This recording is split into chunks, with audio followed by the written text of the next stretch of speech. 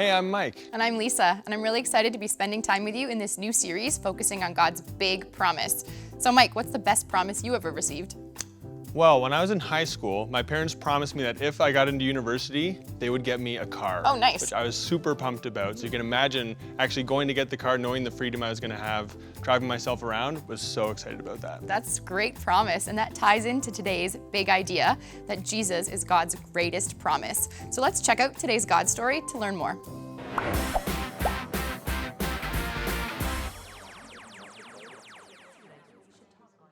Could you imagine what he was feeling holding Jesus in his arms at a...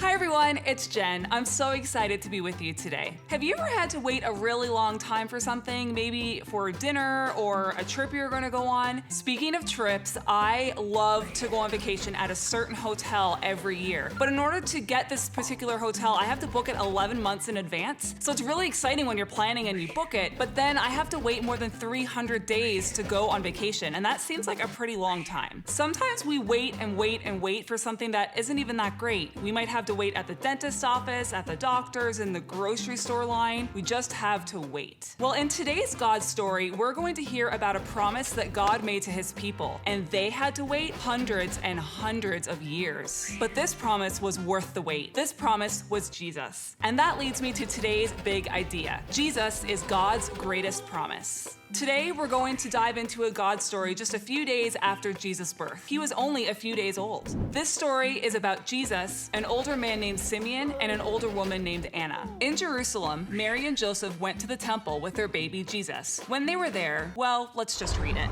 There, in Jerusalem at the temple, they presented him to the Lord. In the law of the Lord, it says, "The first boy born in every family must be set apart for the Lord." This is a law that God gave to Moses in the book of Exodus. They also offered a sacrifice. They did it in keeping with the law, which says a pair of doves or 2 young pigeons. Now this is a law that God gave to Moses in the book of Leviticus. So Mary and Joseph obeyed the rules that God gave to the Hebrew people, but I'm sure they didn't expect what happened next.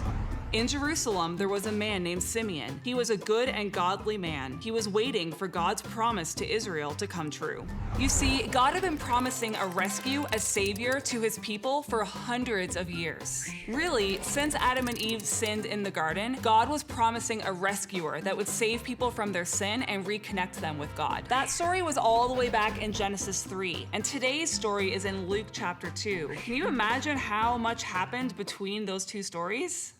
Now, that's not the only time that God promised Jesus in the Old Testament. Scattered throughout the Old Testament, God promises his people a rescuer. Prophets share of a coming savior, someone who will rescue the Israelite people, someone who will set them free. The people have been waiting for so long. And then Jesus is born. But there are only a few people who know that he is the one that God has promised. And that's where Simeon comes in. Let's read.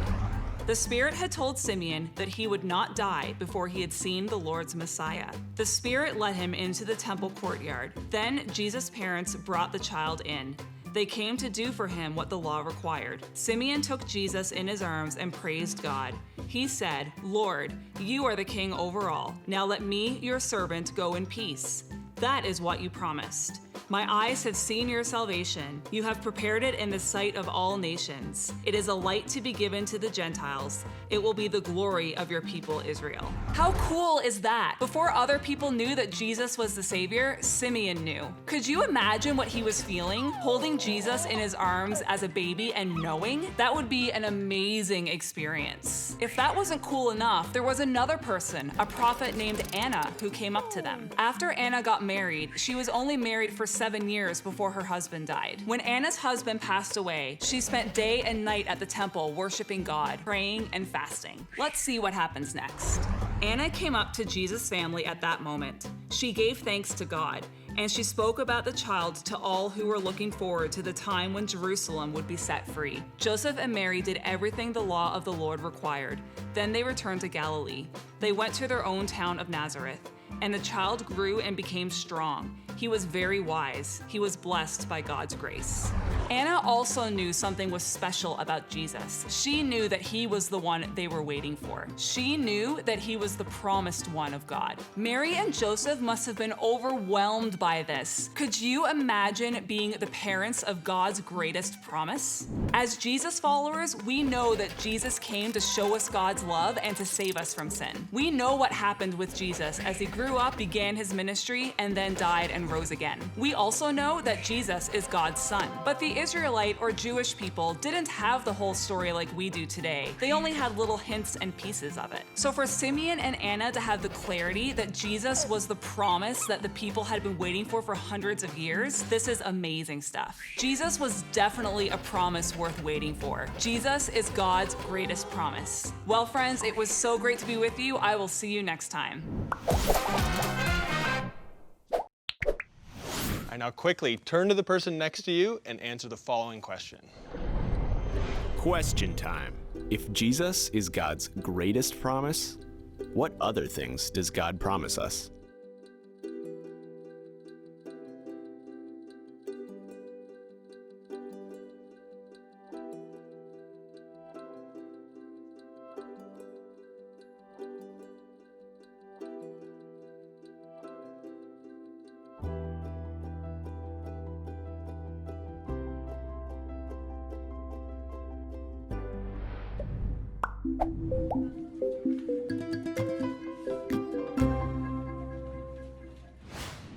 And they say the longer you have to wait for something, the more you appreciate it when it finally does come. Let's check out Natalie's story and find out what promise she's been waiting for.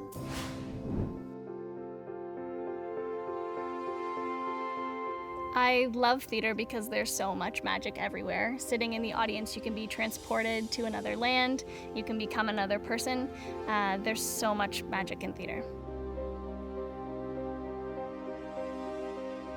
My name's Natalie. I love to rock climb, I love to see musicals, and I love baking.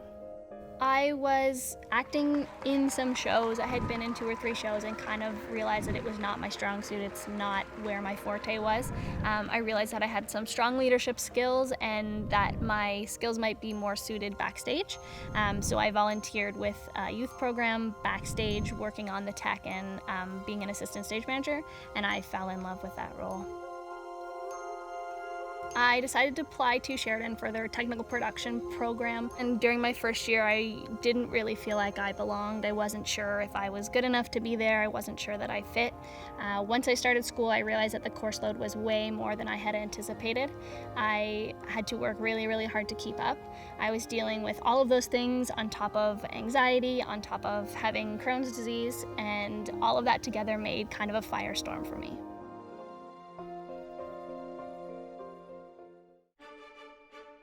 Sheridan has a lot of really, really amazing stuff that we get to do with our program. One of my favorite classes was wardrobe. We got to create lots of garments. We got to work on the shows as a dressers, helping the actors get ready for their show. I love that class because you can do insane, crazy things. I've always wanted to work on character pieces with period costumes and things like that. There's so much to do in wardrobe. So every year at Sheridan, we produce 6 musicals a year. We do 3 in our big theater and 3 in our small one. So I found out that I would be stage managing our main stage show, Shrek the Musical. It's a huge job, and I felt really, really validated. I felt like this was God saying, all of this hard work, all of the struggle that you've gone through, this is why you have done it. This is what you are here for. Being a stage manager, you have to know everything about everything that's going on in a show. I need to know how all of the set pieces go together. I need to make sure that they're safe so my cast won't be getting hurt. I need to know how they work. So I get a chance to visit with the carpenters, see what they have been working on, see each of the set pieces, and go through and speak with them about any of their concerns, any of their safety issues, and kind of just see how things are going along to make sure it's going the way that it's supposed to be going. Stage managing can be a really, really stressful job. It's a huge undertaking. There's so much involved.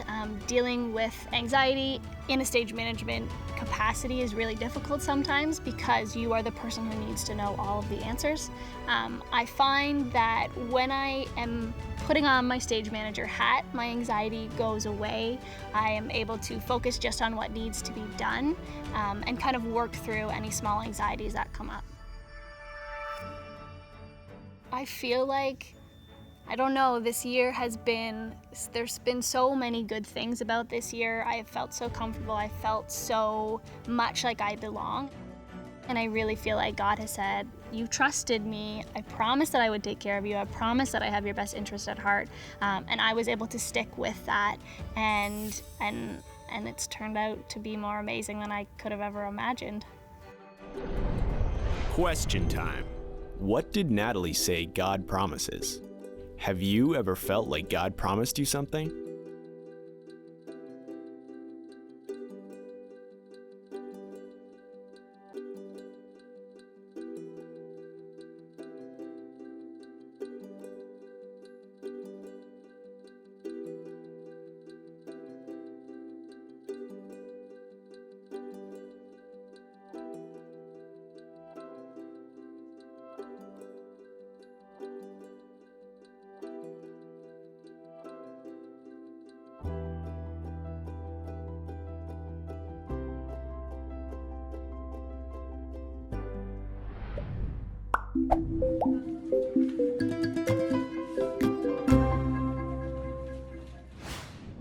I'm so happy for Natalie. It's so great that God showed her where she was supposed to be was the right place, and what's even better is that he showed it to her in a way that she really appreciated.